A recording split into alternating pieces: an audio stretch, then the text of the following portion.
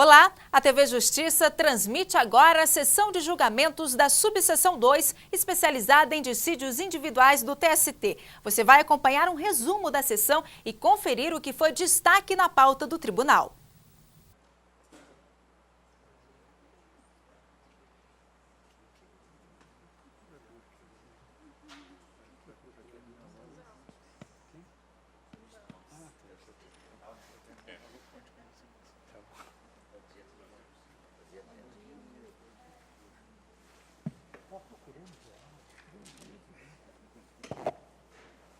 Bom dia a todos, podemos nos sentar. Invocando a proteção de Deus para os nossos trabalhos dessa manhã, declaro aberta essa sessão da SDI 2, cumprimentando os excelentíssimos senhores ministros e ministra desta sessão, o senhor ilustre Procurador-Geral do Trabalho, José Alves Pereira Filho, senhores servidores, senhores advogados, aqui presentes. Relator excelentíssimo, senhor ministro Alberto Bresciani, processo RO 32.000, dígito 06 de 2013, em que são partes Francisco José Gomes Alvarenga e outros, e Roberto Freitas Portugal. Com a palavra, o ministro Bresciani. Presidente, trata-se de recurso ordinário em mandado de segurança.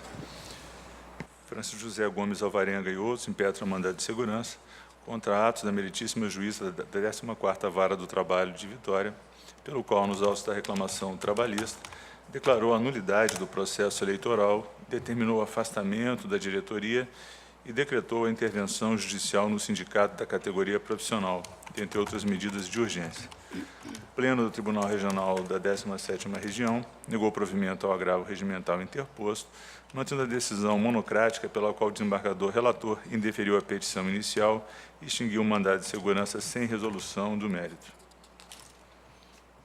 Manifestação do Ministério Público pelo prosseguimento do processo é o relatório. Eu conheço do recurso. Há uma primeira questão em que se maneja a nulidade do acórdão recorrido em função da suspeição de 2 desembargadores que participaram do julgamento. As hipóteses de suspeição descritas nos artigos 135 do CPC e 801 da CLT não estão caracterizadas na hipótese, além do que, com apoio no artigo 700, com apoio no artigo 974 da CLT e com a ausência de possibilidade de prejuízo, não haveria possibilidade de acolhimento da preliminar, que rejeito.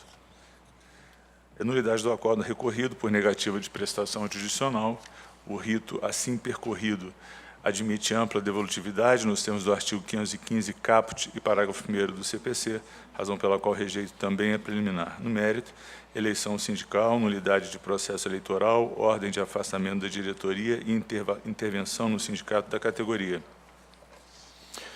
O acórdão regional, que está integralmente transcrito ao exame de Vossas Excelências, revela ser este o 3º mandado de segurança impetrado contra o mesmo ato, e a parte maneja diversos aspectos que contaminariam a integridade do ato combatido.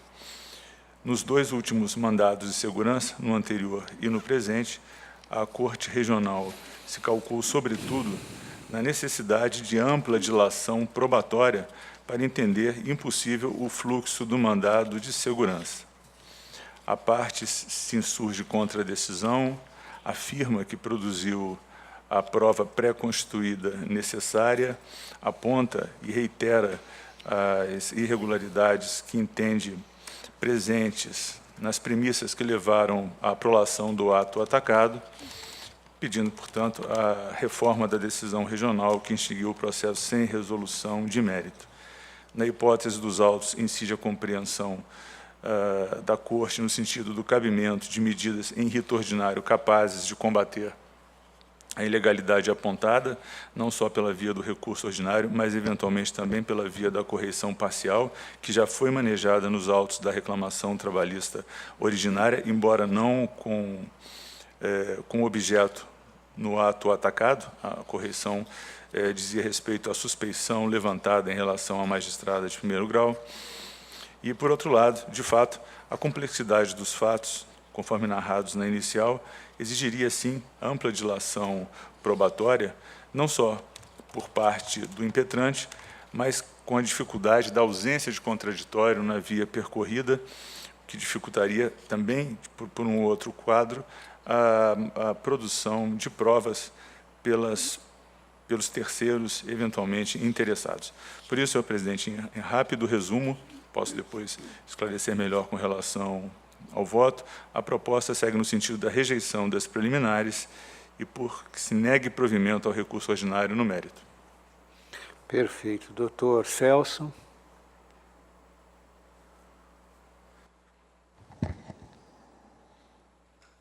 Primeiro, bom dia a todos os presentes, cumprimentar os senhores ministros. Doutor Celso, tem procuração nos autos? Sim, excelência. Então, com a palavra pelo tempo regimental. Tá.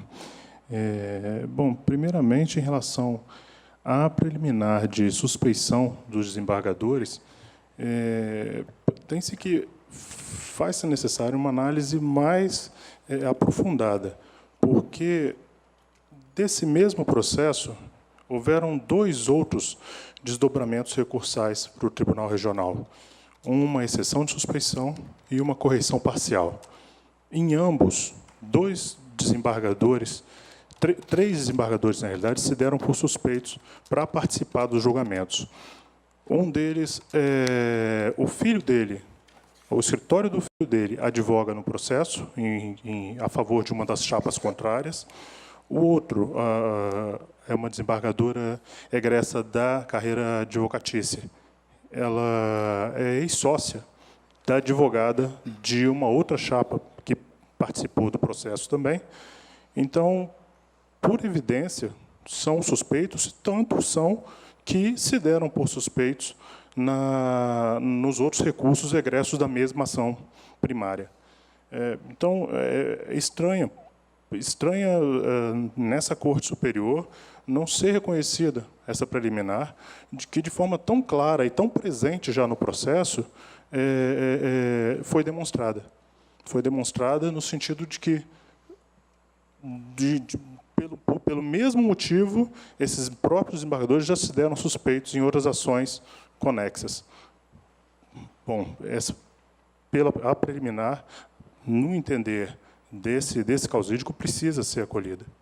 Segundo, a questão relacionada ao processo eleitoral em si, trata-se de um processo eleitoral feito pela Justiça do Trabalho.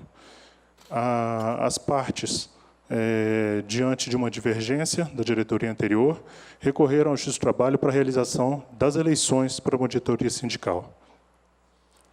Essa diretoria, foi realizado um acordo nos autos desse processo, acordo no qual a própria Justiça nomeou um perito para que conduzisse as eleições, como na condição de presidente da comissão eleitoral, e cada uma das outras partes nomeou um auxiliar, 2 secretários ao presidente.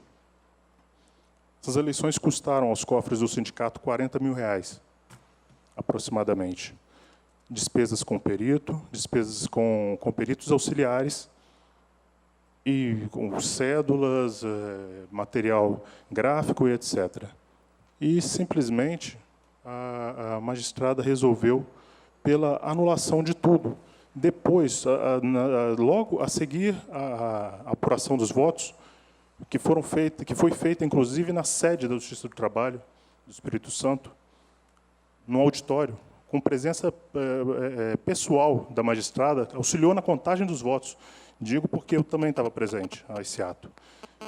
E, na sequência, após a apuração dos votos, ao invés de se declarar a posse a quem ganhou, foi aberto novamente um prazo para impugnações e recursos contra as inscrições das chapas, contra o próprio pleito eleitoral em si. Esse é o direito líquido e certo que se busca o reconhecimento. Eu, conversando até com alguns ministros, me relataram que, olha, um mandado de segurança desse tipo, bastaria a ata da apuração dos votos. Inclusive, esse é o motivo de ter 3 mandados de segurança, Excelência. Porque o primeiro mandado de segurança foi logo após a apuração dos votos. Foi feita a ata de apuração dos votos e, passadas 1 semana, 2, 3 semanas, não foi dada a posse aos vencedores. Por isso, houve o primeiro mandado de segurança. Quando nós entramos com o mandado de segurança, a liminar estava para ser despachada já pelo desembargador e aí a juíza deu uma decisão anulando todo o processo eleitoral. Esse mandado de segurança, a decisão dele foi que haveria a perda do objeto em função da anulação do processo eleitoral. Ou seja, por esse motivo do primeiro. Um segundo mandado de segurança, falou-se que não havia prova constituída, pré-constituída, e que não haveria como elidir os fundamentos da decisão que anulou.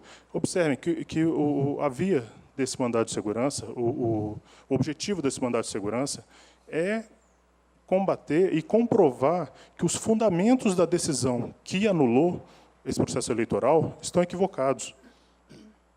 São fundamentos. O principal fundamento da anulação, Excelência, para os senhores terem uma ideia, foi a apresentação por uma das partes, por uma das chapas que perdeu, de declarações das empresas, dizendo que não tinham funcionários filiados ou que tinham poucos, 4 ou 5 funcionários. Empresas com 1.000 funcionários que apresentaram a declaração dizendo que tinham apenas 4 funcionários filiados ao sindicato. Bom, nesse mandado de segurança, Excelência, nós trouxemos contra-cheques de funcionários com descontos de mensalidades dessas mesmas empresas que declararam que não tinham funcionários filiados. Trouxemos pedidos, e-mails dessas empresas pedindo relatórios de desconto de funcionários, contendo listas expressas. Empresa que disse, que declarou na Justiça e que foram as provas usadas para fundamentar a anulação do processo eleitoral, que não tinha nenhum funcionário, estavam lá a fazer, inclusive, depósitos no valor de 20 mil, 21 mil reais, nos próprios autos de contribuições associativas. Então, a empresa, observem a contradição, a empresa declara que tem 5 funcionários e deposita 20 mil reais por mês no próprio processo, a título de contribuição associativa. Então, algo de estranho, algo de muito estranho vinha acontecendo aí. Essas provas, naturalmente, foram todas produzidas e viciaram, contaminaram a decisão que anulou esse processo eleitoral.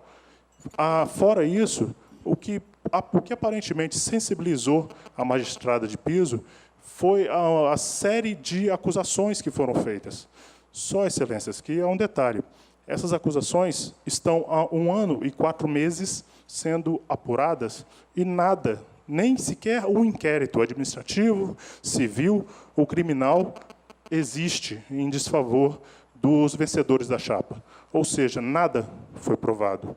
Nada conseguiu-se alcançar o objetivo. O objetivo inicial da magistrada, ao que a gente percebe, era suspender o processo, declarar a intervenção no sindicato, como ela de fato fez, na mesma decisão que anulou a eleição, ela declarou uma intervenção no sindicato que, pasmem, uma intervenção que já dura 1 ano e 4 meses, sem um novo processo eleitoral e sem a posse da chapa que venceu o processo que ela mesma fez.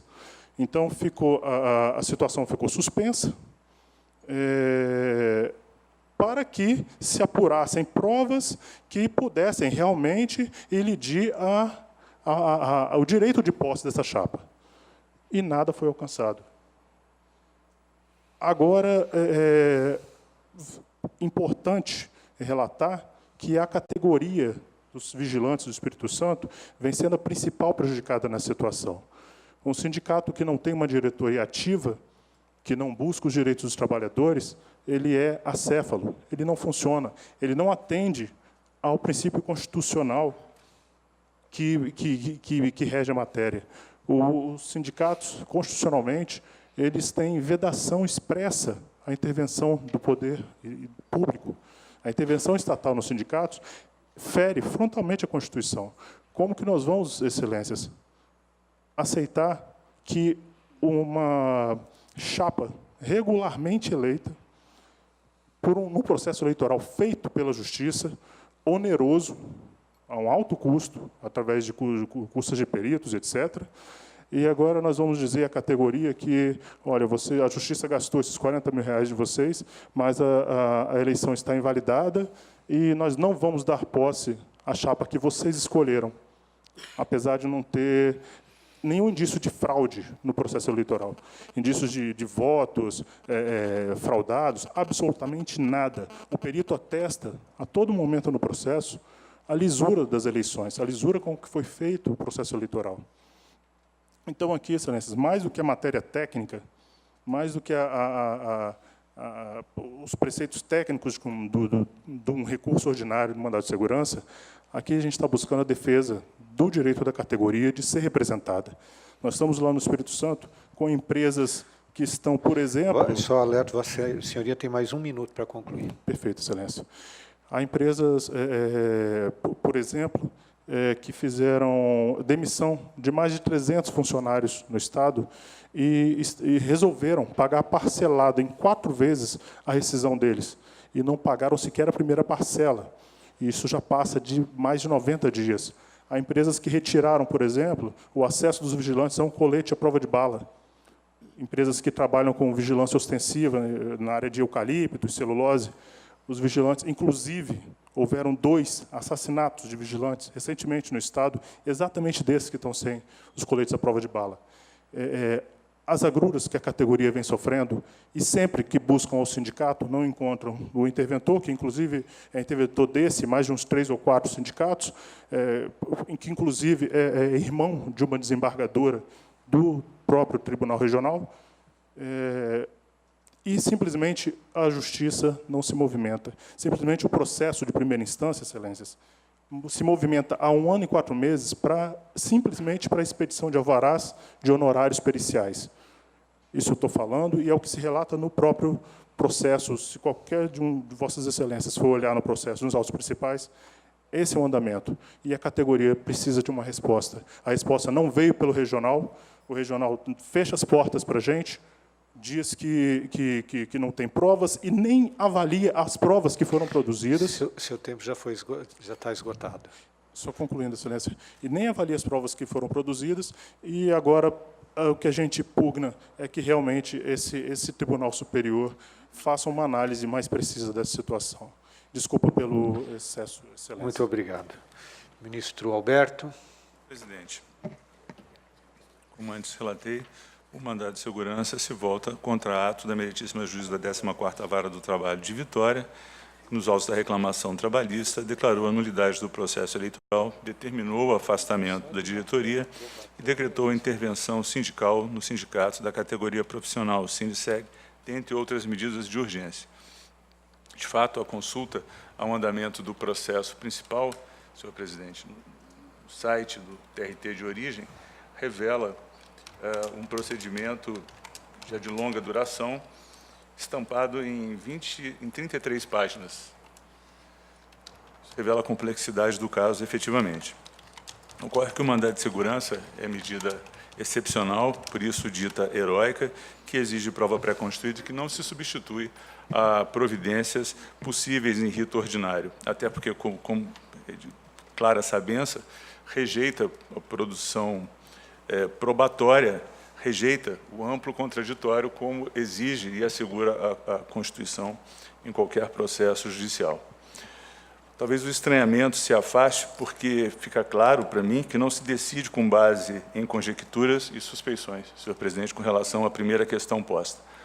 Os impetrantes suscitam nulidade da decisão recorrida sob o fundamento de que os magistrados José Carlos Risque e Ana Paula Talceda Branco seriam suspeitos para julgamento do agravo regimental em mandado de segurança. Afirmam que o escritório de advocacia do filho do desembargador José Carlos Risque tem interesse na causa, na medida em que patrocina uma das chapas derrotadas no processo eleitoral que se busca validar por meio da presente ação. Assinalam a participação do escritório de advocacia nos autos da ação de origem. Asseveram que o mencionado magistrado, em 4 de setembro de 2013, declarou-se suspeito no julgamento da correição parcial, em que se discutem erros de procedimento da autoridade coatora no mesmo processo de origem. No que concerne à suspeição da desembargadora Ana Paula Talceda Branco, sustentam os recorrentes que a advogada de uma das chapas derrotadas no processo eleitoral, doutora Nayara Guimarães Campos, associou-se ao escritório de advocacia Talceda Finamori Favoretti e Advogados Associados, fundado pela mencionada magistrada. Acrescentam que a doutora Nayara Guimarães Campos atuou como patrona da parte adversa nos autos do processo de origem. Alegam que a citada desembargadora foi coordenadora do Departamento Jurídico do Sindimetais do Espírito Santo, entidade que apoiava 2 das 4 chapas que participaram e foram derrotadas na eleição do sindicato. A análise, respeitados os argumentos da parte. Na forma do artigo 794 da CLT, nos processos sujeitos à apreciação da Justiça do Trabalho, só haverá nulidade quando resultar dos atos inquinados manifesto prejuízos às partes litigantes. No caso vertente, ainda que se entendesse caracterizada a suspeição dos desembargadores José Carlos Risque e Ana Paula Talcedo Branco, não se identifica nenhum prejuízo aos impetrantes no julgamento realizado. Noto de início que os julgadores em questão não foram relatores nesta ação mandamental. Ademais, conforme se depreende dos autos, o egrégio Tribunal Pleno do egrégio TRT da 10ª Região decidiu por unanimidade negar provimento ao agravo regimental em mandado de segurança, mantendo a decisão monocrática pela qual o desembargador relator indeferiu a petição inicial e extinguiu o processo sem resolução do mérito, com fruto no artigo 10 da Lei 2016 de 2009. Nessa esteira, mesmo que os mencionados magistrados não participassem do julgamento e fossem substituídos por outros desembargadores, com um entendimento manifestamente contrário, prevaleceria a decisão da maioria pelo conhecimento e desprovimento do apelo. Sabemos que o TRT é composto de 12 desembargadores e o quórum, no caso, seria de 6 desembargadores julgadores.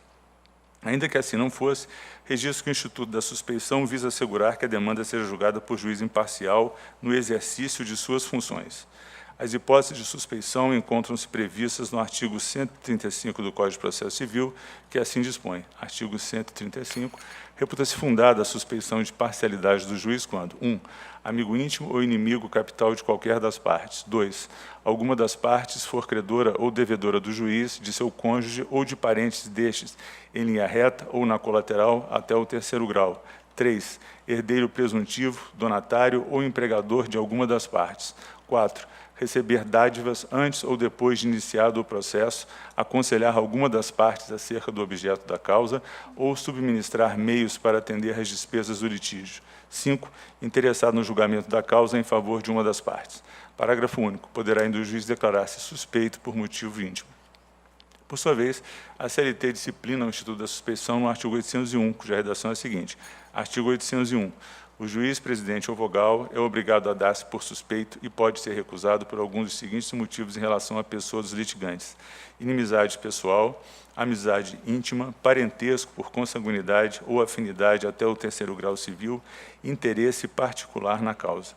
Se o recusante houver praticado algum ato pelo qual haja consentido na pessoa do juiz, não mais poderá alegar exceção de suspeição, salvo sobrevindo novo motivo. A suspeição não será também admitida, se do processo constar que o recusante deixou de alegá-la anteriormente, quando já a conhecia, ou que depois de conhecida aceitou o juiz recusado, ou, finalmente, se procurou de propósito o motivo de que ela se originou. Fecho aspas.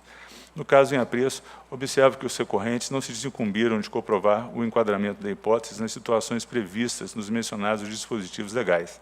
No que se refere à alegação de suspeição do desembargador José Carlos Risque, em consulta ao sistema de acompanhamento processual do egrégio TRT da 17ª Região, verifico que o escritório de advocacia do filho do magistrado não patrocina nenhuma das partes da reclamação trabalhista de origem.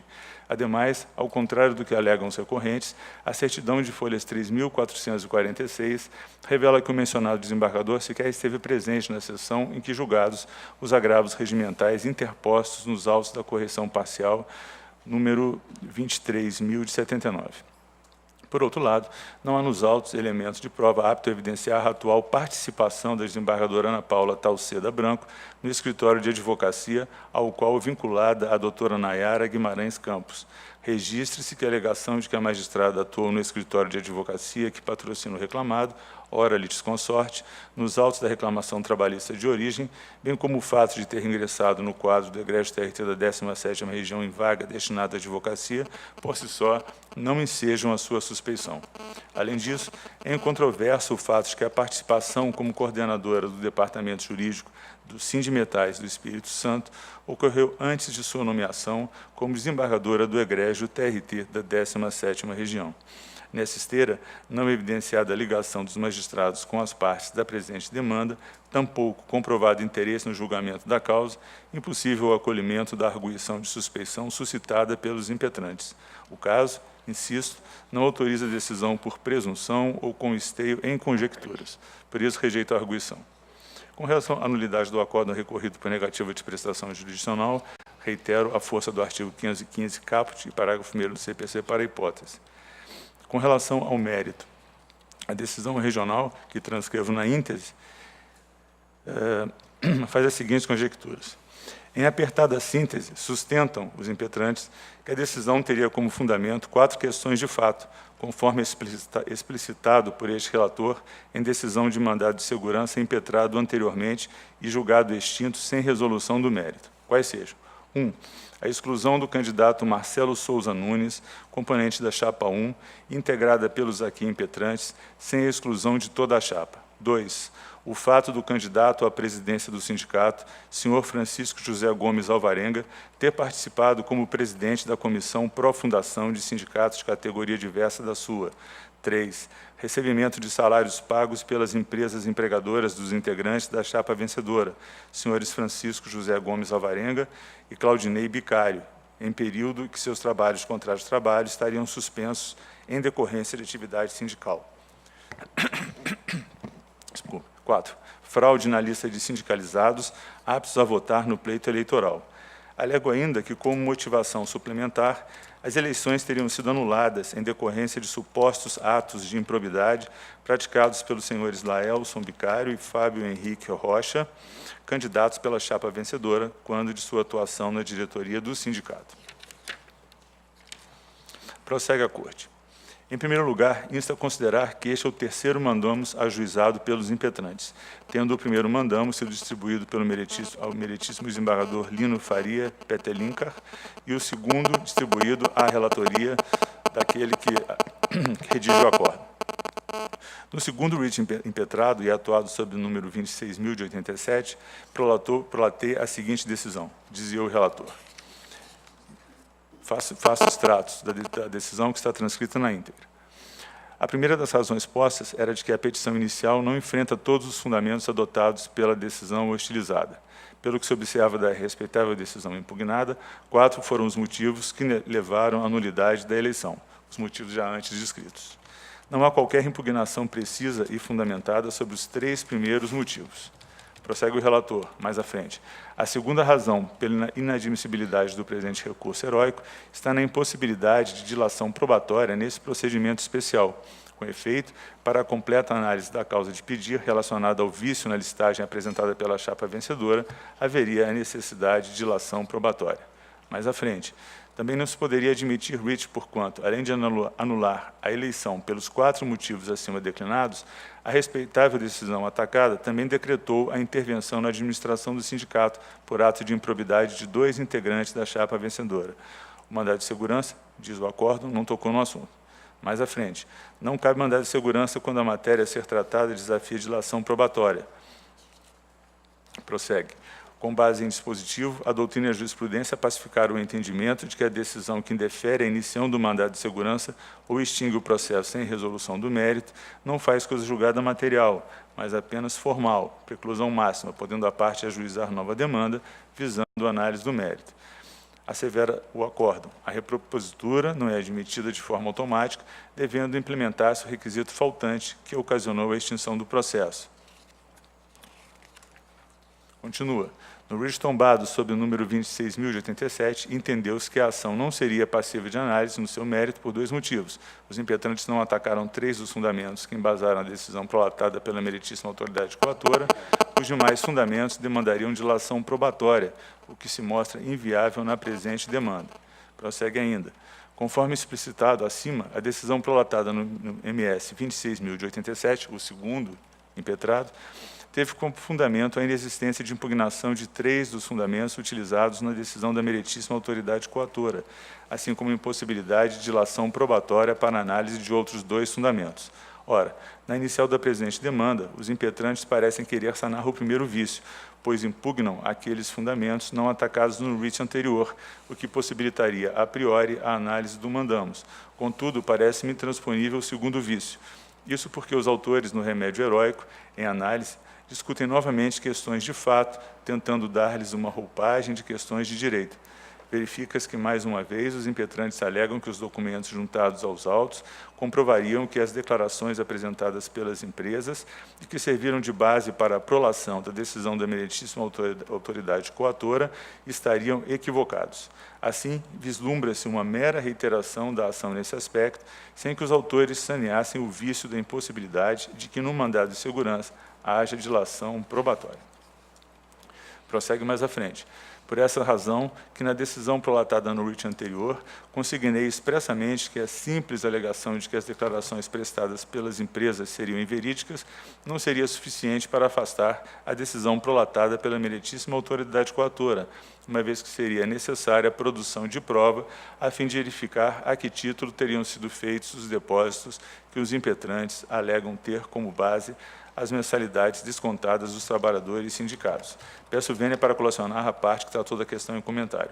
Ora, a prova documental dos autos, ou seja, os depósitos de folhas, não permitem concluir isoladamente pela invalidade das declarações, haja vista que os depósitos, a que tudo indica, pela confusa documentação dos autos, teriam sido feitos por determinação judicial a fim de custear a realização da eleição e não diziam respeito apenas à mensalidade associativa, podendo, inclusive, ser de taxa confederativa, como deixam entrever os documentos seguintes ao depósito de folhas 662, que necessariamente não incide apenas sobre trabalhadores filiados para saber, com certeza, se as declarações firmadas pelas empresas não correspondem à realidade. Seria indispensável a dilação probatória, o que é incompatível com o rito mandamental que exige prova pré-constituída, até porque os impetrantes não afirmam peremptoriamente, em sua petição inicial, que todos os filiados estavam com suas mensalidades em dia e só dependeria de prova documental. Quanto ao fundamento de que 2 dos candidatos da chapa vencedora seriam acusados de atos de improbidade, quando, na direção do sindicato da categoria, os autores, mais uma vez, não superam a decisão anterior no sentido da necessidade de dilação probatória para se apurar a veracidade ou não das suspeitas contra ele levantadas, limitando-se, mais uma vez, a alegar que tais questões não deveriam ser debatidas na presente seara, requerendo, se fosse o caso, fossem empossados os demais membros da chapa, mantendo-se sub júdice a declaração de posse destes últimos. Portanto, resta evidente que os impetrantes da presente demanda, no que tange à impossibilidade de apreciação da questão por vedação de dilação probatória na via do mandado de segurança, restringiram-se a repropor a ação, sem sanar os vícios anteriormente identificados, razão pela qual não se mostra viável a análise dos pedidos ante o óbice previsto no artigo 10 da Lei 12.016 de 2009, em deferimento da inicial ante a ausência de requisito legal. Assim, com base no artigo 10 da Lei 12.016 de 2009, indefiro a petição inicial e julgo extinto o processo sem resolução do mérito, nos termos do artigo 2671 do CPC. Este é o acórdão recorrido. Nas razões de recurso ordinário, os impetrantes sustentam o cabimento do mandado de segurança.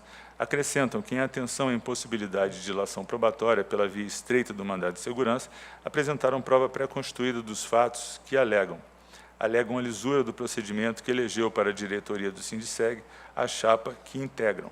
Afirmam ainda que o interventor nomeado pelo juízo não atende aos anseios da categoria, na medida em que nada sabe sobre as reais necessidades dos trabalhadores. Defendem a impossibilidade de intervenção estatal nas atividades sindicais.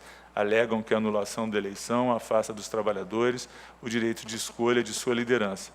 Asseveram que foram apresentadas provas robustas e cabais de que as declarações das empresas quanto à filiação dos empregados e à contribuição sindical, adotadas como razões de decidir no ato coator, não condizem com a realidade. Assinalam que juntaram documentos emitidos pelas empresas Plantão, Transegur, CJF e Garra, que desmentem afirmações levadas em consideração pela autoridade coatora. No que se refere à existência de atos de improbidade praticados por Laelson Bicalho e Fábio Henrique Rocha, alegam que a conclusão sobre a perícia desses atos por antigos diretores do Sindiceg, que é a prática, desses atos por antigos diretores do Sindiceg, afronta o princípio da presunção de inocência previsto na Constituição Federal. Acrescentam que, sendo inegável a necessidade de dilação probatória, a fim de que seja comprovada a inocência, abriram mão da posse dos mencionados integrantes da chapa, em pedido alternativo formulado no presente mandado de segurança. Assinalam o manejo da correção parcial, número 23.000, que tem por objeto a apuração de eventuais erros de procedimento da mencionada magistrada nos autos da reclamação trabalhista de origem. Pretendem o provimento do recurso com efeito ativo, a fim de que possam ser empossados nos cargos para os quais foram eleitos. Em primeiro lugar, chamo a atenção, senhor presidente, nos termos que tem decidido essa Corte, com relação ao cabimento de medida em rito ordinário capaz de corrigir eventual distorção no procedimento praticado, não só pela via do recurso ordinário, mas como também pela via da correção parcial. Percebem, vossas excelências, que a pretensão no mandado de segurança desafia providências próprias da reclamação trabalhista, no bojo da qual foi praticado o ato impugnado.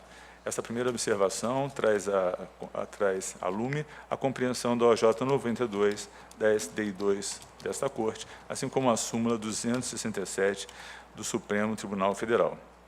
Além disso, trata-se a presente ação mandamental do terceiro mandado de segurança impetrado contra o mesmo ato. Conforme já ressaltado no acordo recorrido, o primeiro mandamos foi distribuído no TRT de origem ao desembargador Lino Faria Peterlinker, ao passo que o segundo, autuado sob o número 26.000, foi distribuído para o mesmo desembargador relator deste mandado de segurança no regional. Ambos, a exemplo deste terceiro, foram extintos sem resolução de mérito, sendo o segundo, conforme as razões de decidir destacadas no acordo recorrido, transcrito linhas atrás, pelos fatos rememores de que a petição inicial não enfrentou todos os fundamentos adotados no ato apontado como coator, e de que haveria necessidade de dilação probatória para a completa análise das causas de pedir indicadas na petição inicial, em especial daquelas relacionadas ao vício na listagem apresentada pela chapa vencedora do processo eleitoral e à intervenção decretada na administração do sindicato, por ato de improbidade de 2 integrantes da chapa vencedora. Não se questiona, por óbvio, a possibilidade de reiteração da pretensão de mandado de segurança nas hipóteses, como a dos autos, em que as 2 primeiras ações mandamentais foram extintas sem resolução de mérito ou denegadas na forma do artigo 267 do CPC. É a dicção do artigo 6º, parágrafo 6º, da Lei 12.016 de 2009. Essa renovação, contudo, há de ser, conforme já ressaltado no acordo recorrido, repropositura útil na lição de Nelson Neri e Rosa Maria de Andrade Neri. Trago a conhecimento as doutrinas de Arruda Alvim sobre o tema, ainda no mesmo sentido, Rodrigo Klippel e José Antônio Nefa Júnior, e digo que, conforme se depreende dos autos, a meritíssima juíza da 14ª Vara do Trabalho de Vitória anulou o processo eleitoral, determinou o afastamento da diretoria e decretou a intervenção no Sindiceg com alicerce nos seguintes fundamentos: exclusão do candidato Marcelo Souza Nunes, sem a devida exclusão da integralidade da chapa, participação do senhor Francisco José Gomes Alvarenga como presidente da Comissão Pró-Fundação do Sindicato da categoria diversa, o recebimento de salários pelos senhores Francisco José Gomes Alvarenga e Claudinei Bicalho durante o período em que os contratos de trabalho estavam suspensos, D, a existência de fraude na lista de trabalhadores aptos a votar na eleição, e a prática de atos de improbidade pelos antigos diretores do sindicato, Laelson Bicalho e Fábio Henrique Rocha. O Egrégio Tribunal Regional da 17ª Região negou o provimento ao agravo regimental interposto, assinalando, no que concerne à lista de trabalhadores aptos a participar do processo eleitoral e a suposta prática de atos de improbidade por antigos diretores do Sindiceg, a necessidade de ampla dilação probatória, já afirmada no julgamento do segundo mandado de segurança. O mandado de segurança é ação com rito especial, cuja prova do direito líquido e certo alegado deve ser pré-constituída, não havendo possibilidade de dilação probatória e sendo limitado o contraditório, como insisto. No mesmo sentido, a lição segura de Cássio Scarpinella Bueno, que transcrevo.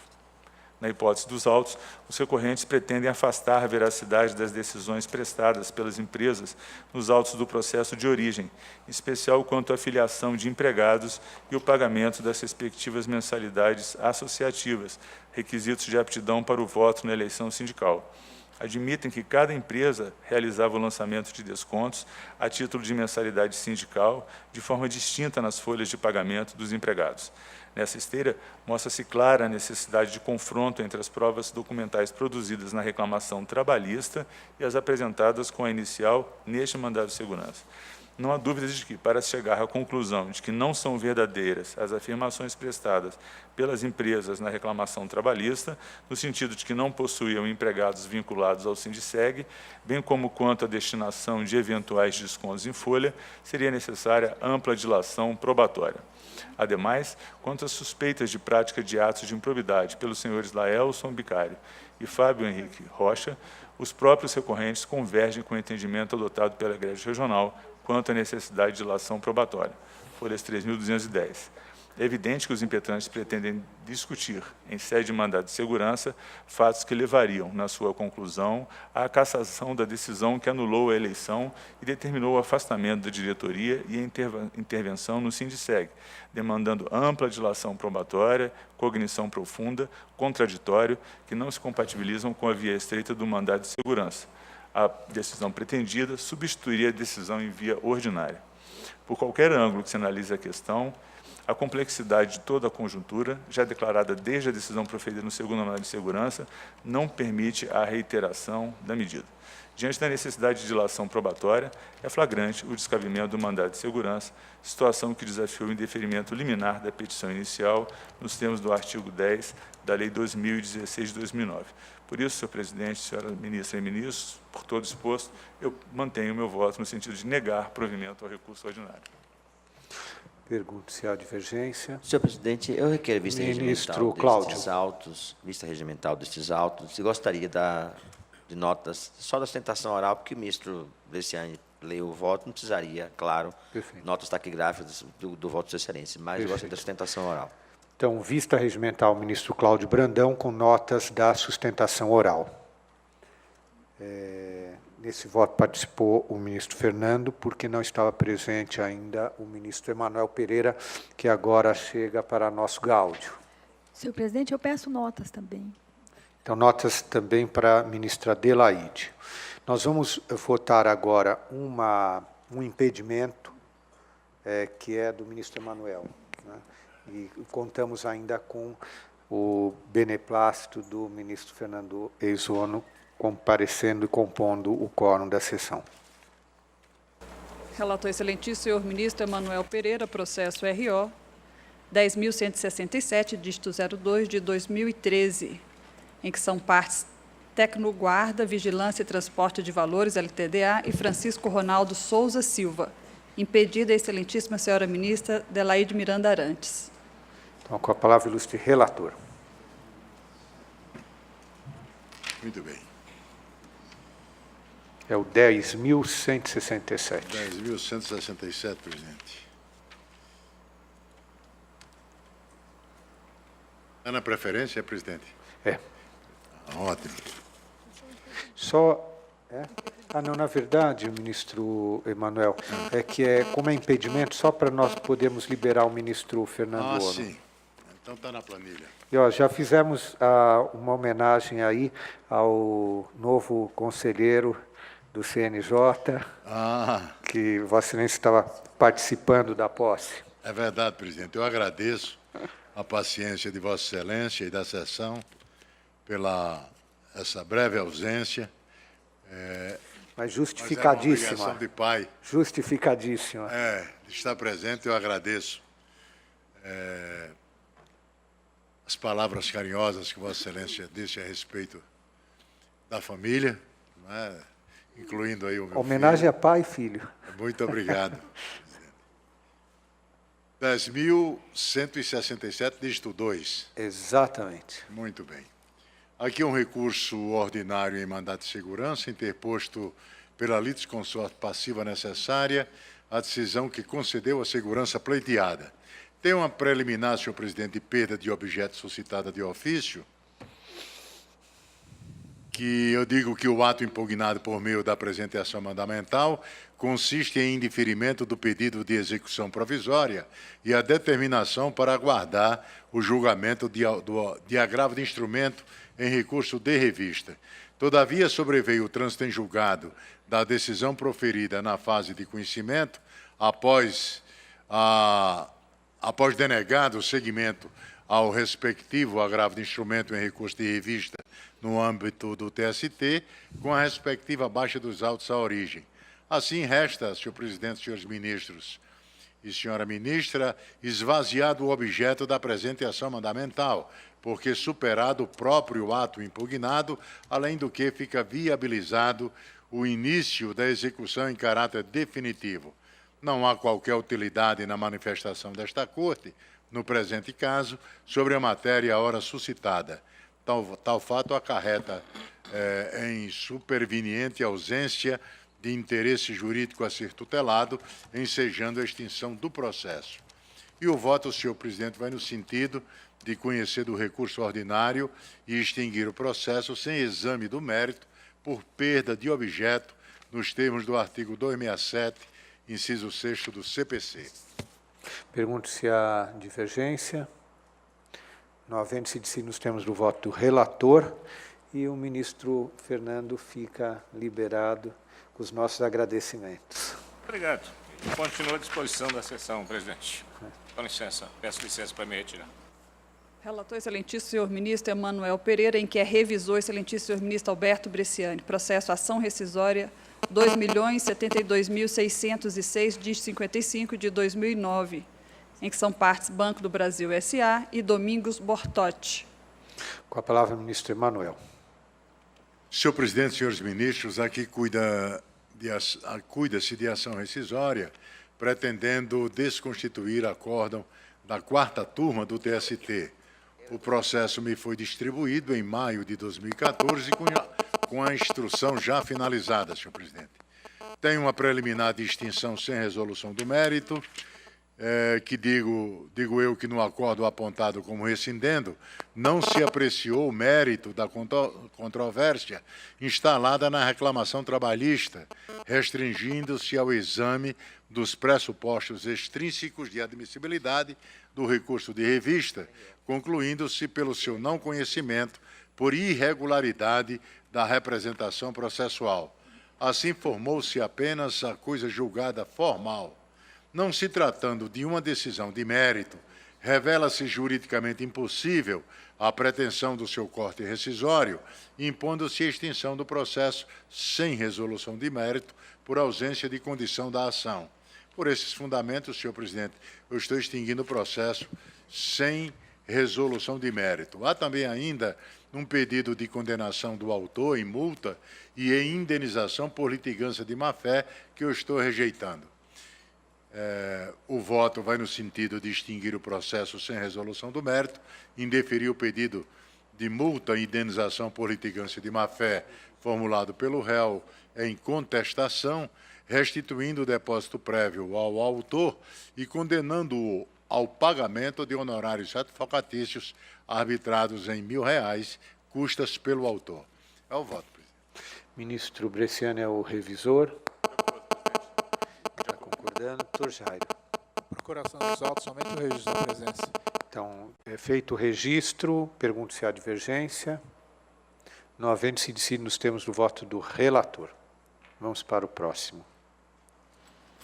Relator, excelentíssimo senhor ministro Emanuel Pereira, em que é revisor, excelentíssimo senhor ministro Alberto Bresciani. Processo ação rescisória 73.341, dígito 88, de 2010, em que são partes Paulo Nivaldo, Broglio, Scott e Banco do Brasil S.A. Com a palavra, ilustre relator, ministro Emanuel. Senhor presidente, senhores ministros, senhora ministra, aqui cuida-se de ação rescisória pretendendo desconstituir acórdão da SDI1 do TST. O autor invoca a violação literal de lei, erro de fato e documento novo. Senhor presidente, é o réu em contestação suscita a preliminar de legitimidade ativa porque não houve habilitação dos herdeiros. Não há nos autos a certidão de óbito do autor. com base no artigo 1056, inciso 1 do CPC, intimei o banco réu que ora invoca a preliminar para apresentar cópia da certidão de óbito do autor. O réu não cumpriu a diligência. Não havendo prova documental do óbito do autor, na forma do artigo 1060, inciso 1 do CPC, não se há falar em habilitação dos herdeiros e, por conseguinte, inexiste a ilegitimidade ativa pretendida. Por esses sucintos fundamentos, senhor presidente, eu estou rejeitando a preliminar. No mérito, a ação rescisória foi ajuizada com fundamento no artigo 485, incisos 5º, 7º e 9º do CPC. No que tange à alegação de violação de lei, verifica-se que na decisão rescindenda, a controvérsia no processo matriz não foi dirimida à luz do direito adquirido, do ato jurídico perfeito, da vedação à alteração contratual lesiva e da proteção ao salário. Assim, não havendo pronunciamento explícito no acórdão rescindendo, impõe-se o óbice da súmula 298, inciso 1º do TST.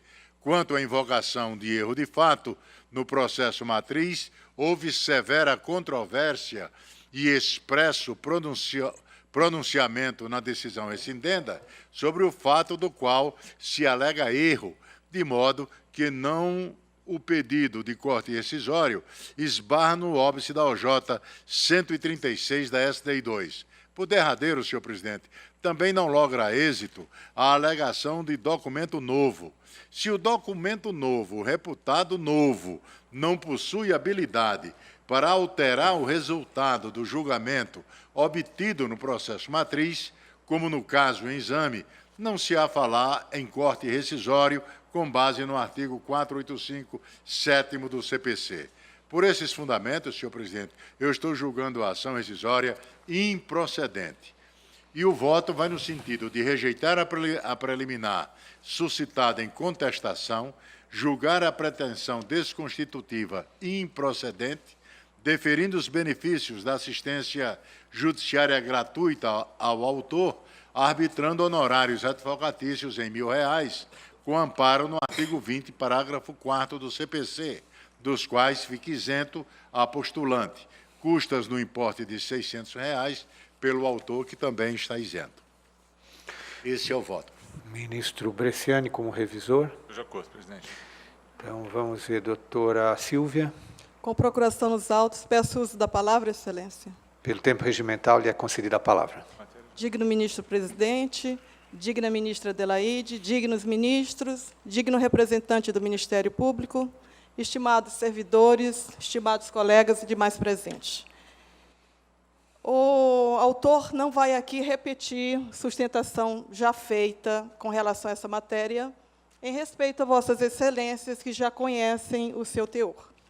Mas a representante do autor não pode deixar de fazer uso da tribuna para um registro, além da presença, um registro de pedido, de rogo a essa sessão, para que tenha um olhar para essa matéria em razão da relevância dessa matéria. Trata-se da OJ transitória 69, da SDI 1.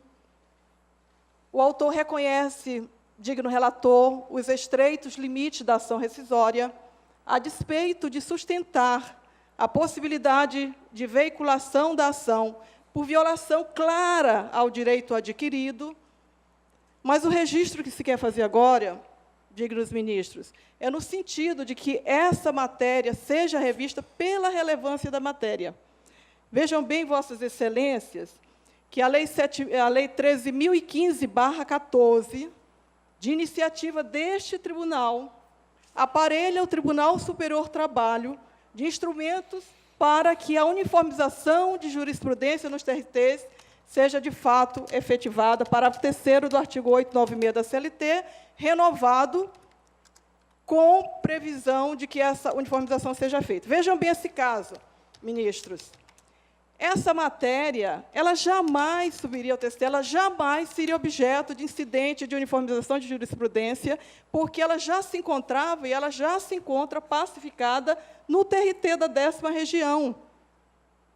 Ou seja, não haveria nenhuma interferência, ministros, nenhuma possibilidade de interferência do TST, porque não há divergência no TRT da 10ª região, de onde ela é oriunda. O ministro Douglas, o ministro Bresciani conhecem bem essa matéria. Eu acho até que o ministro Douglas, vindo para a corte, ao ler o texto da OJ, deve ter ficado perplexo, porque ela é uma sucessão de equívocos. Então, pelo teor da nova lei, esta matéria estava uniformizada e não poderia ter subido, como de fato não subia, pelas súmulas 296 e 126 do TST. Dois processos que foram julgados procedentes, o único processo do reclamante que subiu redundou na emenda do 488, que é a gênese da OJ, que consagra o equívoco. Bom, o que o autor e os aposentados querem rogar aqui, excelências? É que essa matéria seja revista pela SDI, e isso a gente tem implorado para o TST, e é uma matéria claramente passível de incidente de recurso repetitivo pela relevância da matéria. Artigo 896C da CLT. Então, é esse pedido que se quer fazer. Outra coisa que eu quero alertar para essa Corte de Controle Constitucional, de proteção do direito fundamental do trabalhador, eu nem vou entrar no mérito do vilipêndio, esse grupo beneficiado por esse plano de incentivo é um grupo de idosos que está morrendo. Esse reclamante ele morreu. E outros também ludibriados por uma proposta que foi desrespeitada durante o caminho. Então, o registro é esse, a gente não poderia deixar de fazer, porque a missão do TST é de uniformização de jurisprudência em território nacional e também de proteção do direito fundamental do trabalhador. Eu agradeço e fica aqui o registro. Doutor Jairo. Por hora, só o registro da presença. Perfeito. Ministro Emanuel. Presidente. Senhor presidente, aqui, senhor presidente, na realidade, existe um impedimento técnico, né? A revisão da matéria em ação rescisória será possível em outro processo, quando os advogados postularem com observância dos óbices processuais, pois, repito, é coisa julgada, presidente. Eu, pedindo vênia à ilustre advogada, eu mantenho o voto.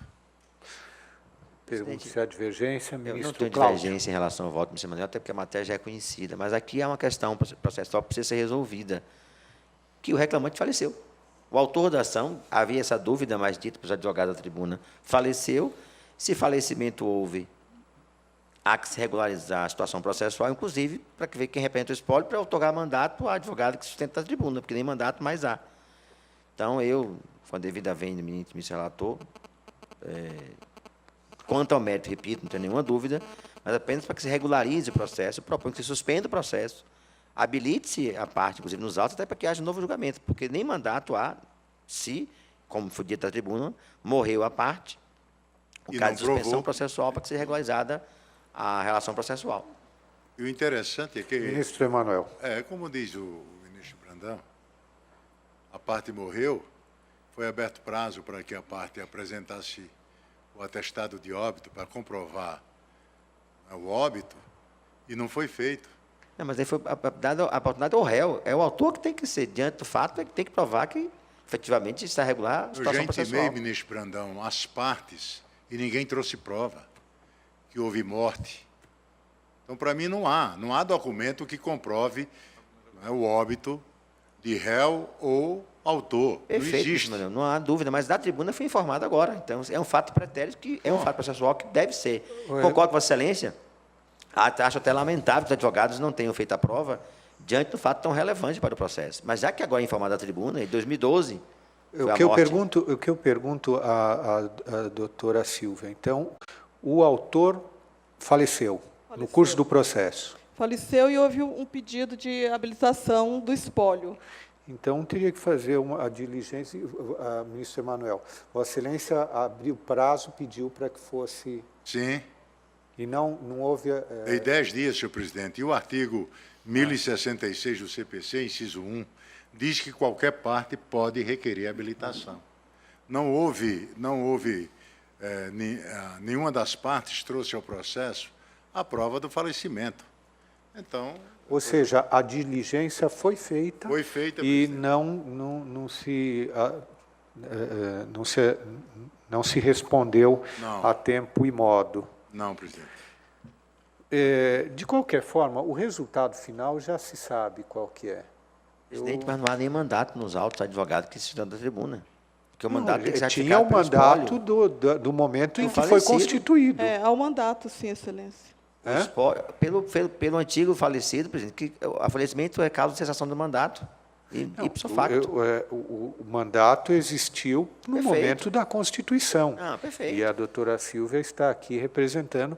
O problema é que faleceu posteriormente, foi pedido, né, foi dado tempo para a demonstração do falecimento, não veio nenhum elemento. Ou seja, para nós, nesse momento é um fato que não existe, está sendo trazido da tribuna. Perfeito, presidente. Veja só, quero deixar claro, o ministro Emanuel agiu corretamente, não tenho nenhuma dúvida quanto a sua excelência ter dado prazo às partes para tanto.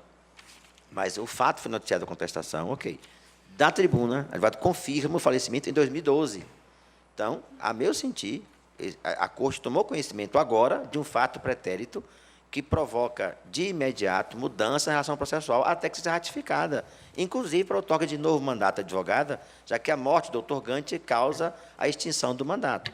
Eu repito, o ministro Emanuel concedeu prazo, e se ninguém comprovou, tinha que conduzir o processo. Mas agora o fato é ratificado, ou seja, a morte pretérita dita da defesa foi ratificada. Então, o processo contém um vício, a meu sentir, desde então, que tem que ser ratificado, inclusive para validar esse julgamento, já que parte não existe nesse processo ainda, já que parte passa a ser o espólio como representante legal do falecido. Então, Vossa Excelência está... Então, porque nós estamos no campo da alegação, presidente. Sim, então nós vamos seguir a advogada da parte informa que ele faleceu. Sim, mas ministro Cláudio e ministro Emanuel. Ministro Brandão, eu não tenho prova nos autos que ele faleceu. Ministro então, Emanuel. chega na tribuna e diz que faleceu, prove nos autos. Ministro Emanuel e ministro Cláudio, vamos por ordem nessa discussão da seguinte forma. Eu vou tomar votos se nós vamos concluir o julgamento ou nós vamos suspender o julgamento e fazer diligência no sentido de que haja a comprovação do falecimento e não a mera alegação da tribuna. Começo a tomar votos, ministro Alberto. Senhor presidente, por economia processual, prefiro concluir o julgamento. Concluir o julgamento. Ministra Adelaide. Suspender, senhor presidente. É preciso que se decrete a alegação da tribuna e que se possibilite ela ser comprovada. Perfeito. Ministro Douglas. Senhor presidente, fosse a questão controvertida disponível, eu não teria dúvida alguma em decidir com base na ausência de comprovação do fato. Ocorre que a legitimidade ativa é questão de ordem pública, e o CPC, inclusive, estabelece competir ao juiz diligenciar para suprir o vício que agora é incontroverso em face dos registros que foram feitos da tribuna. As duas partes informam o falecimento. Daí porque me parece que nós devemos, sem dúvida alguma, suspender o processo, regularizar a representação, sob pena de aplicar-se aqui o artigo 13 do CPC com a extinção do processo sem resolução do mérito. A consequência disso seria, para os herdeiros ou sucessores do trabalhador falecido, o risco de sofrerem o impacto da decadência para a propositura da ação rescisória.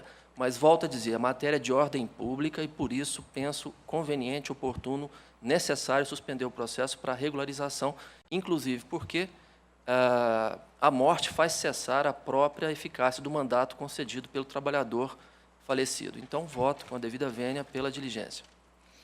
Eu também vou acompanhar a sugestão do ministro Cláudio, tendo em vista justamente que aqui está se arbitrando honorários advocatícios, vai haver efetivamente ônus para os sucessores do autor, Então, aí, realmente, eles têm que constituir advogado ou reconstituir a própria advogada. Então, por essas razões, também estou acompanhando. Senhor Então, presidente. Ministro Emanuel. Pois não, eu não vou brincar de diligenciar. Eu já fiz a diligência, dei 10 dias às partes, elas não comprovaram. Para eu voltar a diligenciar outra vez, eu sei que é uma decisão da sessão, mas eu vou manter o meu voto, mas não vou brincar de diligenciar, presidente. Não, eu não vou diligenciar, não vou repetir o repetido. Não, ministro Emanuel, a decisão da sessão foi no sentido de suspender o processo, é o que vai ser registrado em certidão, e vai ser feita a diligência no sentido de que haja a habilitação dos herdeiros e a constituição da advogada. É isso que vai ser registrado.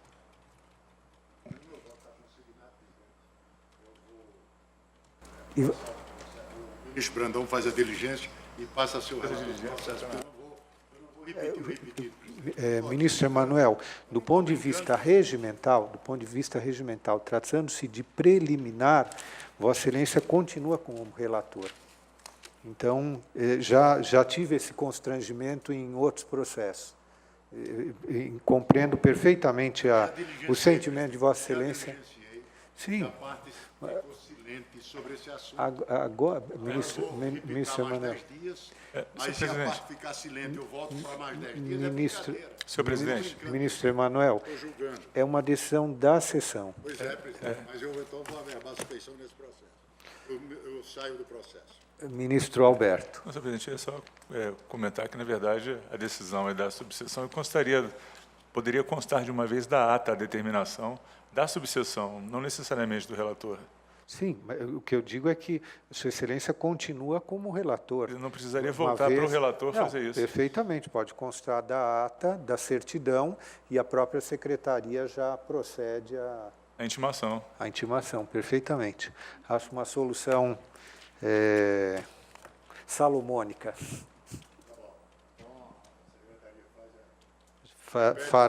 Fará porque é possível. Até porque os advogados já estão presentes, doutora Silvia. Já estão intimados. Decidiu. É porque o escritório pegou o processo já adiantado, né? Tá bom. Perfeito. A pena, doutora Silvia, é que esse processo, a SDI 2 não é, vamos dizer assim, o foro apropriado para discutir essa questão. Todos os óbices que foram colocados pelo ministro Emanuel são os óbices que nós encontramos para... Quer dizer, se fôssemos discutir a OJ 69 na comissão de jurisprudência, trazer para o pleno para rediscuti-lo, o SDI 1, é o foro apropriado.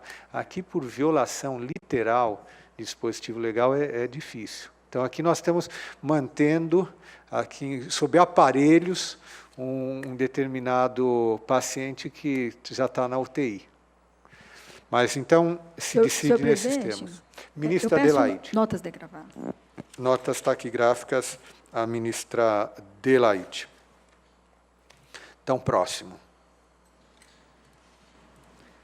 Relator excelentíssimo, senhor ministro Douglas Alencar Rodrigues, processo RO 5.350, dígito 41, de 2013, em que são parte Sindicato dos Empregados no Comércio de Paranavaí e Irmãos Mufatos e CIA LTDA. Com a palavra, ilustre relator. Senhor presidente, senhores ministros, aqui cuida-se de recurso ordinário em mandado de segurança. A impetração se dirigiu à decisão que indeferiu medida liminar e, com a superveniente prolação de sentença de mérito, me parece aplicável a hipótese da súmula 414 desta Corte, impondo-se, por isso, a denegação da segurança em face da perda superveniente do interesse de agir. Meu voto, portanto, senhor presidente, senhores ministros, é por denegar a segurança pelos motivos já expostos. Doutor Rafael. Com procuração nos autos, presidente, apenas o registro da presença. Então, feito o registro, pergunto se há divergência.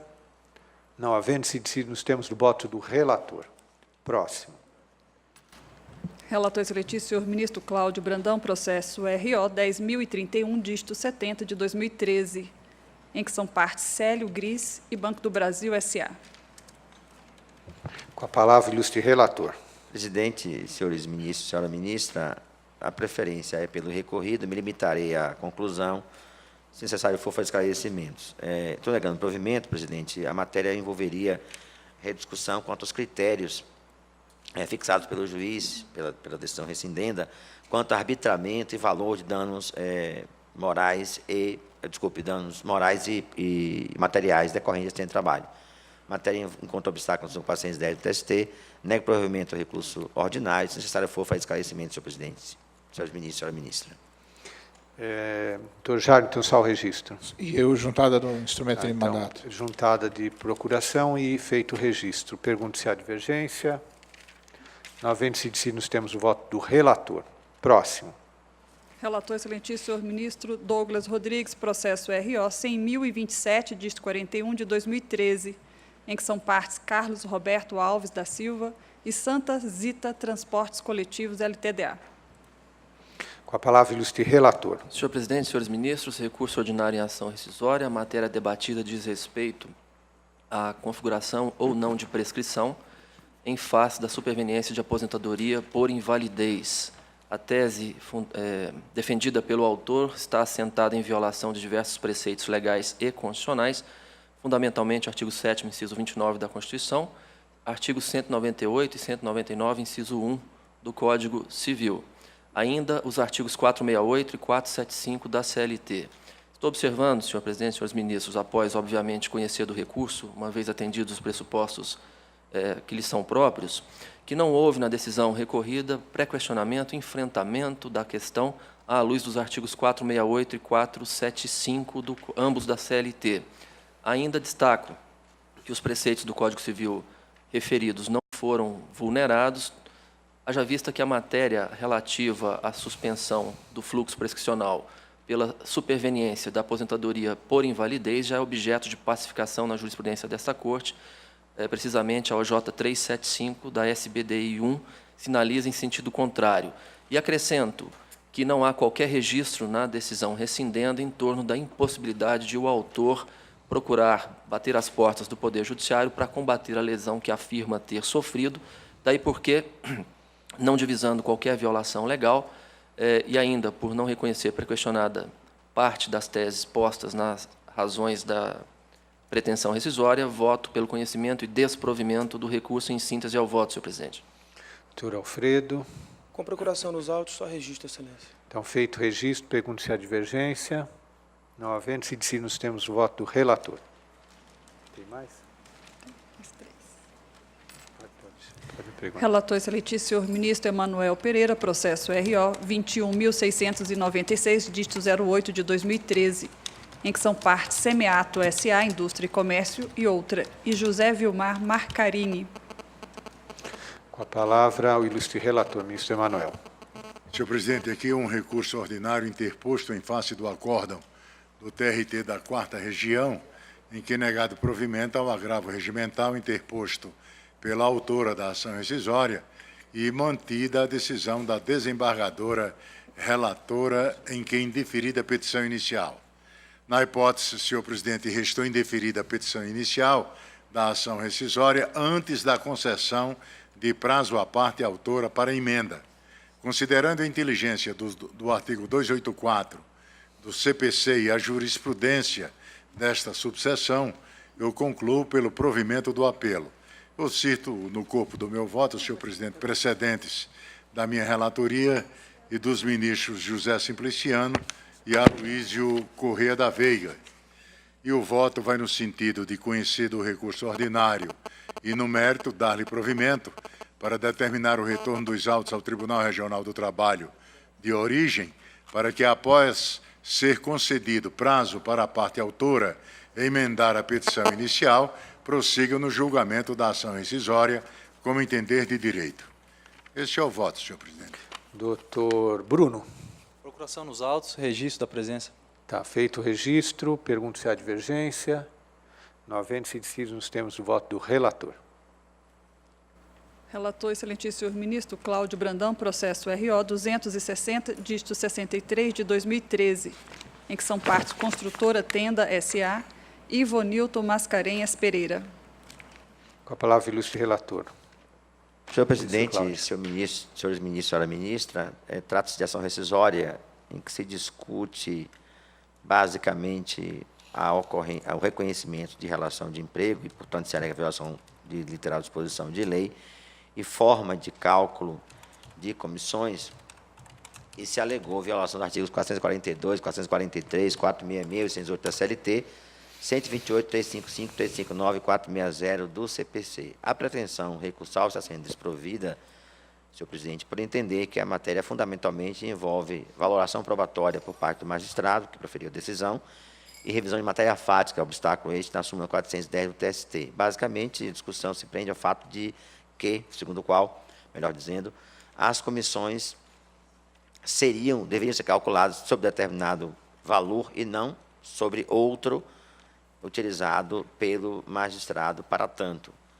Mas, nesse particular, como disse anteriormente, envolveria reexame probatório, razão pela qual propõe ser desprovido o recurso. Com relação à alegação de julgamento extra petita, houve pedido de petição inicial ao pagamento de honorários ou comissões sobre valor total do bem, razão pela qual não houve, a meu sentir, como afirmo, violação aos limites da lide. Desta forma, senhor presidente, de maneira resumida, eu estou propondo negar provimento ao recurso ordinário, mantendo a decisão do regional como proferida. É como voto. Doutora Jamile. Senhor presidente, pela recorrida, com procuração nos autos, apenas o registro da presença. Então, feito o registro, pergunto se há divergência. Não havendo, se decide nos termos do voto do relator. Mais uma. Última preferência. Relator, excelentíssimo senhor ministro Douglas Alencar Rodrigues, processo RO 1.244, dígito 76 de 2013, em que são partes JP Nor Engenharia LTDA e Ayrton de Oliveira Schwetter Júnior e outros. Com a palavra, ilustre relator.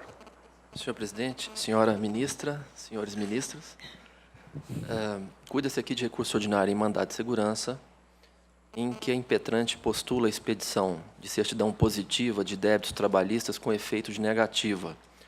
A hipótese envolve uma execução movida contra 9 empresas que compõem o mesmo grupo econômico.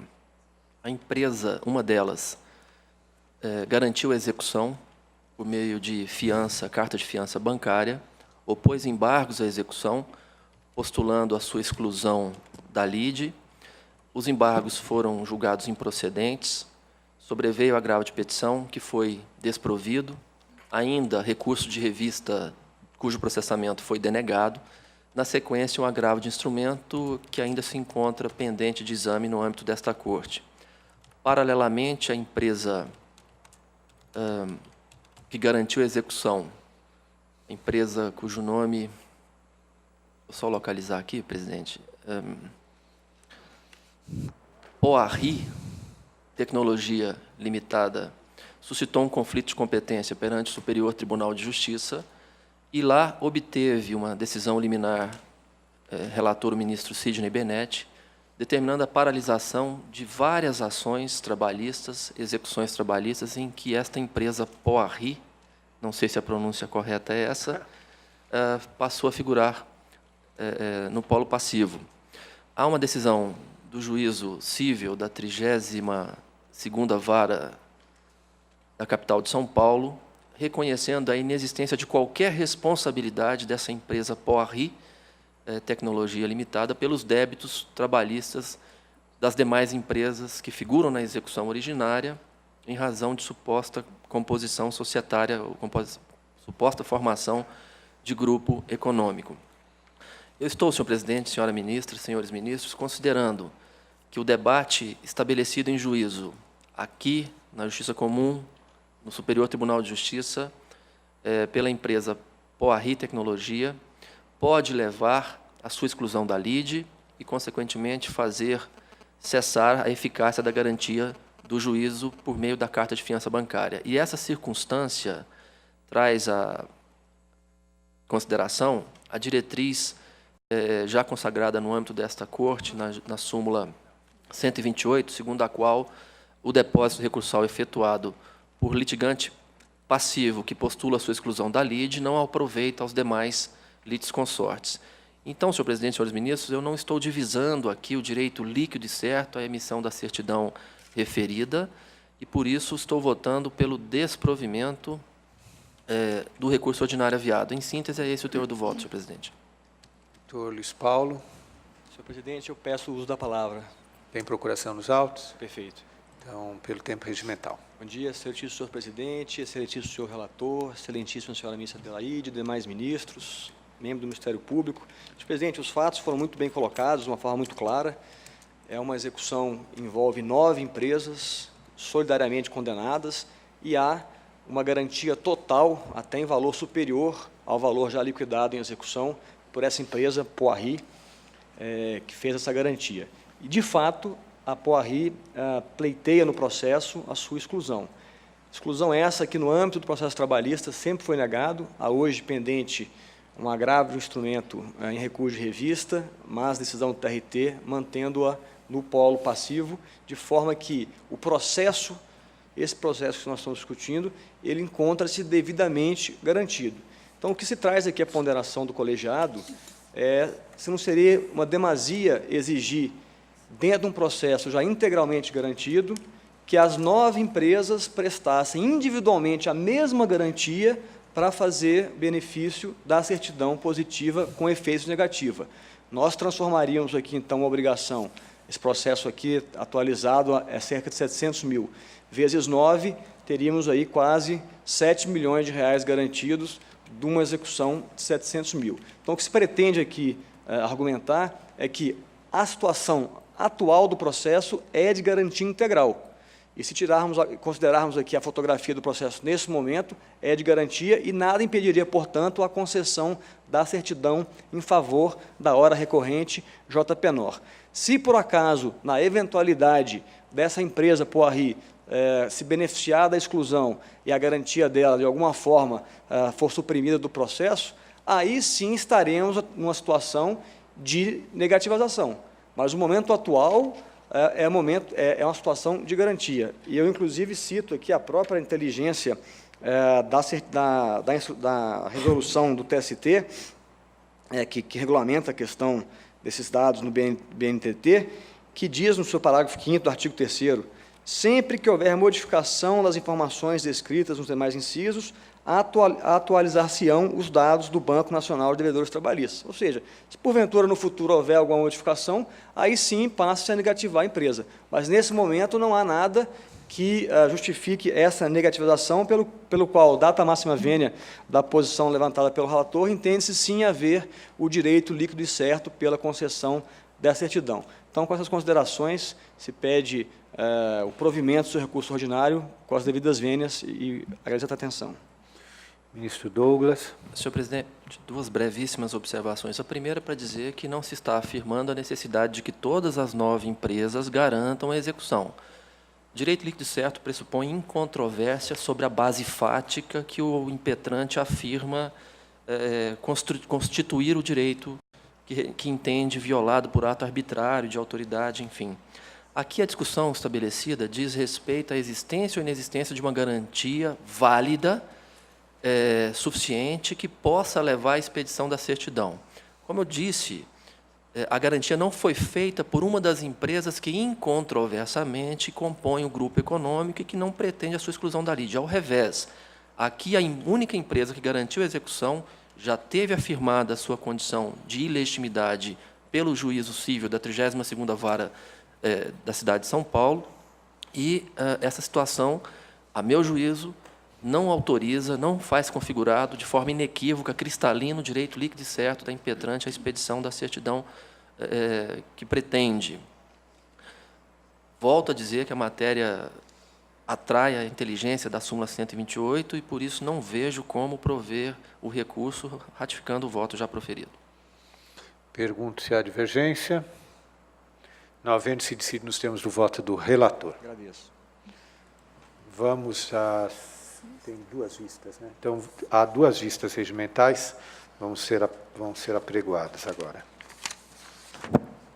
Uma é do ministro Emanuel, o relator é o ministro Emanuel, o vistor ministro Bresciani, e a outra também. Retorno de vista regimental concedido ao excelentíssimo senhor ministro Alberto Bresciani, em que relatou ao excelentíssimo senhor ministro Emanuel Pereira, processo RO 14.934, de 62 de 2010. O excelentíssimo senhor ministro relator votou no sentido de conhecer dos recursos ordinários interpostos pela autora e pelo réu e, no mérito, negar-lhes provimento. Não participou do início do julgamento o excelentíssimo senhor ministro Ives Gandra. Com a palavra, ministro Bresciani. Eu pediria para refazer... Teve sustentação? Não. Então, só para um resuminho do relatório rápido, para eu me colocar em condições de votar também. Tá certo. Senhor presidente, a matéria é simples. O ministro relator, no caso dos autos, conclui pela insuficiência do depósito prévio. A questão que se coloca aqui é o critério a ser utilizado pela subseção para cálculo, para atualização monetária do valor cabível para depósito prévio. A questão, eu tenho procedido assim no meu gabinete, é que a calculadora do cidadão disponibilizada na página do Banco Central, ela obviamente não traz o índice do INPC até o dia em que a ação rescisória é proposta. O IBGE liberta o índice do INPC depois de transcorrido o mês. Portanto, na minha compreensão, só é possível atualizar o valor para fins de cálculo do depósito prévio até o mês precedente àquele em que é proposta a ação rescisória, porque não existe hoje em dia, como já aconteceu no passado remoto, a expedição de índices pro rata dia. Os índices são fixados por mês e são anunciados com relação a um mês passado. Obviamente que o advogado, no momento em propor a ação rescisória, não tem como calcular em lugar do IBGE o índice a ser utilizado. No caso, foi o critério utilizado pelo ministro Emanuel Pereira no seu voto, e o meu voto, neste caso, é convergente por essa razão.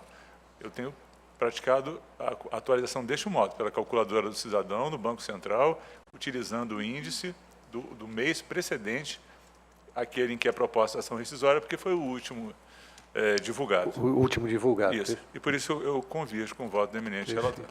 Pergunto se há divergência. Não havendo, se decide nos termos do voto do relator. Próximo, a outra vista. Retorno de vista regimental concedido ao excelentíssimo senhor ministro Alberto Bresciani, em que é relator, excelentíssimo senhor ministro Emanuel Pereira, processo DRO 328.100, dígito 34, de 2010. O excelentíssimo senhor ministro relator votou no sentido de conhecer dos embargos de declaração, no mérito dar-lhes provimento, para, atribuindo-lhes efeito modificativo, afastar a extinção do processo sem resolução do mérito, rejeitar a incidência da multa do parágrafo único do artigo 538 do CPC, prosseguir no julgamento do mérito do recurso ordinário para dar-lhe provimento, julgando procedente a ação rescisória, desconstituindo a sentença proferida nos autos do processo matriz e declarando a nulidade de todos os atos processuais praticados no processo matriz desde a citação, devendo a reclamação trabalhista seguir seu curso normal. O excelentíssimo senhor ministro Cláudio Brandão votou no sentido de afastar a ocorrência de erro material e negar provimento aos embargos declaratórios. Não houve sustentação oral. Ministro Bresciani. Senhor presidente, no caso dos autos também a questão gira em torno da atualização do valor que levaria ao cálculo do depósito prévio.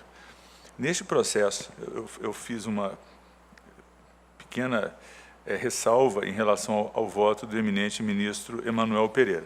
Tirando essa ressalva, eu já adianto que, se superada, eu estaria de acordo com Sua Excelência, com relação a critérios de atualização, etc., como no voto precedente.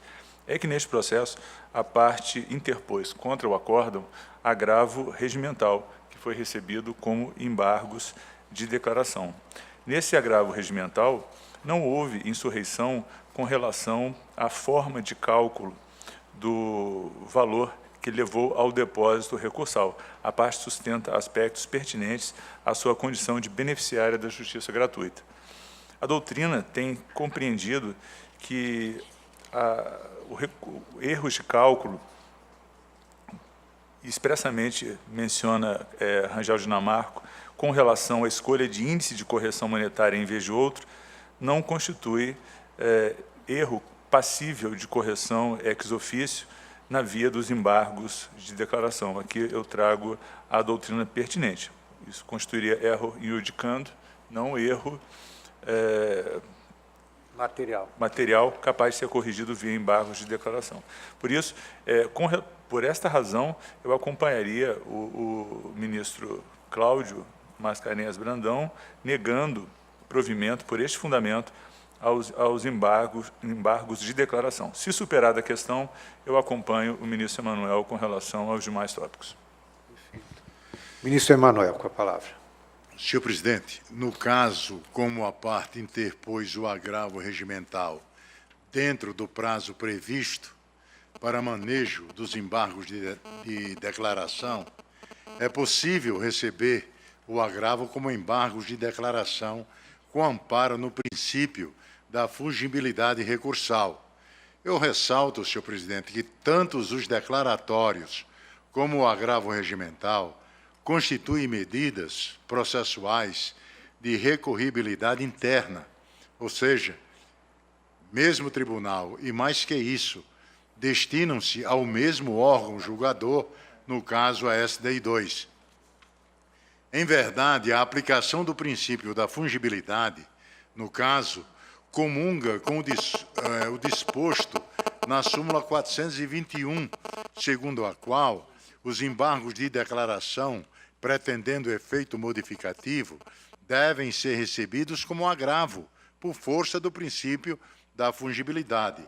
Ora, se os embargos de declaração podem ser recebidos como agravo, o agravo deve ser recebido como embargos de declaração também, desde que observado o prazo de 5 dias previsto no artigo 897-A da CLT, de modo que eu não vislumbro contrariedade ao J 412 da SDI 1.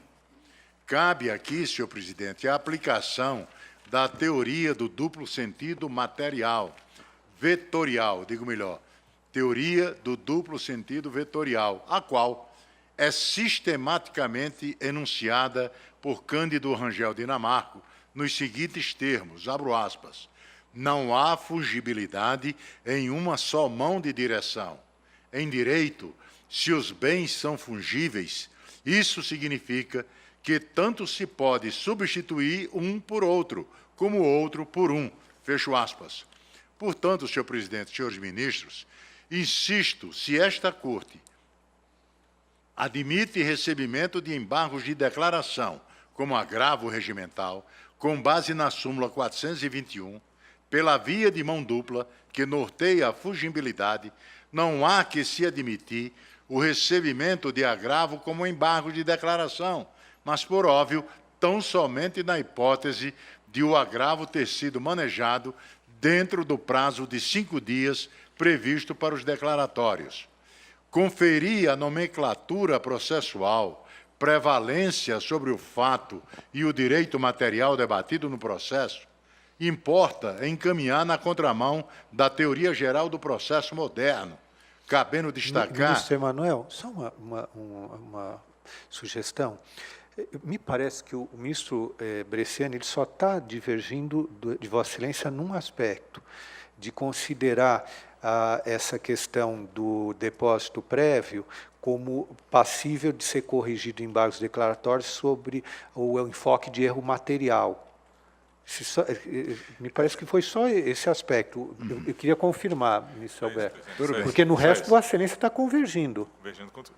Então, nós estaríamos só limitados à questão de saber. É porque eu confesso a Vossa Excelência que eu não me atentei ao voto do ministro Bresciani como deveria ter feito. É porque eu não tomei o remédio, aí fiquei... Não, é que, atentou sim, só porque me parece que ele está com... Nesse aspecto, ele converge com Vossa Excelência. Tá bom, presidente. Mas, obrigado. No aspecto que ele está divergindo, e que eu também fiquei com dúvida agora, é a questão do erro material, se é possível ou não corrigir, melhor, ter como erro material um erro que foi em relação ao depósito prévio, usar um índice e não outro. É isso? Confirma, ministro Alberto? É isso, ministro presidente. Então, ministro Emanuel, me parece que está também compreendido o voto de Vossa Excelência. Vossa Excelência entende que é possível enquadrar no conceito de erro material, sim, corrigir a questão do depósito. Então, eu vou simplesmente tomar os votos da ministra Adelaide e do ministro Douglas. Ministra Adelaide. Eu acompanho, senhor presidente. Estou de acordo com... o ministro Alberto faz uma ressalva, é quase que uma ressalva de... A única divergência, quer dizer, o ministro Cláudio, pelo que eu entendi, ele nega provimento aos embargos declaratórios por dizer que não é possível considerar erro material. Sim, então, senhor presidente. Negaria provimento aos embargos declaratórios. O ministro Alberto está acompanhando. Se superado, é que, aí, se for para entrar no mérito, aí acompanharia no mérito o ministro Emanuel. Vossa Excelência estaria, então, acompanhando a divergência? A divergência. A divergência. Ministro Douglas. Senhor presidente, também com a devida vênia. Acompanha a divergência. Tá. Eu também aqui estaria acompanhando a divergência. O conceito de erro material realmente é um conceito muito restritivo. E aqui, se a parte escolher o índice equivocado, né, e sabendo qual seria, não cabe a nós, como judiciário, corrigir. Então, eu proclamo que, por maioria de votos, vencido o ministro relator, se decide no sentido de negar provimento aos embargos declaratórios. Senhor presidente, eu pediria voto... A juntada de voto vencido. Isso, presidente, ao pé do acordo. Então, fica como redator designado dos embargos o ministro Cláudio Brandão.